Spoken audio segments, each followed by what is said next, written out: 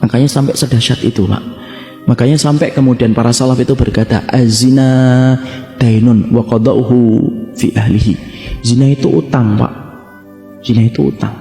Siapapun yang pernah berzina dengan seseorang, maka dia akan hutang. Anak-anaknya ada yang nanti dizinai sama orang. Makanya Imam Syafi'i rahimahullahu ta'ala, sampai kemudian beliau kalau sudah disebutkan dosa tentang zina, berubah wajahnya dan berkata, al-bala, al-bala, al-bala. Imam Syafi'i itu kalau sudah disebutkan kata zina, Pak, tidak ada kata yang disampaikan kecuali satu, bala, bala, dan bala. Sampai tikus yang ada di dalam rumah itu akan mendapatkan balanya ketika penghuni rumah itu melakukan zina. Sampai tikus di dalam lubang itu. Saking kerasnya adab yang diperlakukan kepada orang yang berzina. Makanya tidak main-main zina itu. Makanya sampai orang yang bertobat sekalipun kalau sudah berzina, Pak, kalau sudah bertobat itu tidak menghapuskan jejak zinanya. Contoh, A nikah sama B, lahir C dari hasil zina. Bukan, A zina dengan B, lahir C. A dan B tobat, C itu masih merasakan akibatnya. Apa akibatnya? C itu tidak bisa bernasab kepada bapaknya. Tidak bisa C bin A, tidak bisa. Saling mewarisi, tidak bisa. Saling kemudian menikahkan nanti ketika C ini nanti menikah, tidak bisa, Pak. Kenapa? C ini nasabnya bukan kepada bapak, tapi nasabnya kepada tempat tidur, tempat tumpahnya air ketika berzina. Walaupun dia sudah bertobat. Makanya saya ketika menerangkan tentang daurah masalah zina detail gitu, di salah satu kawasan di Jakarta ada yang keluar dari ini nangis, Pak, meluk saya dan berkata, saya sudah menduga ini pasti tentang zina ini. Nangis, beliau berkata, saya punya anak Ustadz Putri kelas 3 SMP dan saya dulu mendapatkan itu di luar pernikahan, Masya Allah.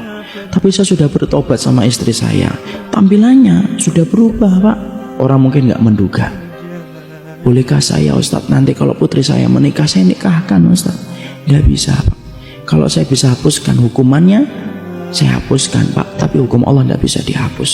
Bapak harus sabar, dan itu merupakan bagian dari proses Bapak taubat. Nangis, apa yang bisa saya lakukan?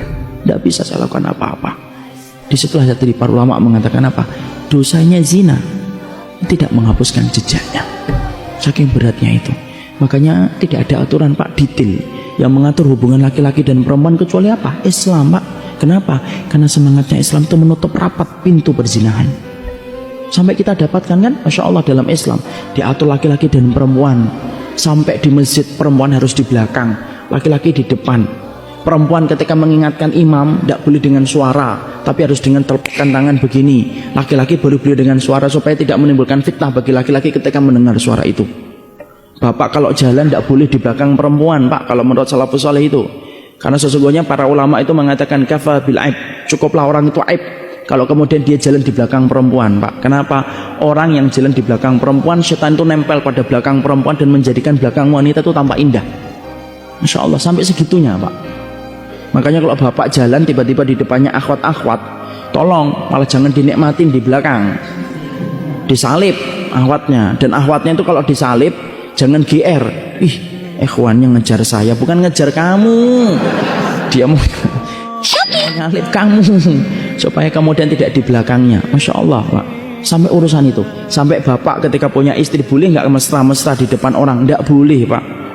Mencium jidat istrinya di depan orang, ciuman, walaupun itu istrinya. Lu itu istri saya sendiri, Ustadz. Lu yang bilang istri tetangga itu ya sopo. Tapi tidak boleh, karena Nabi tidak boleh, karena Nabi tidak pernah memperlihatkan kemesraan itu di depan rumah. Semua kemesraan itu di balik rumah, di balik pintu.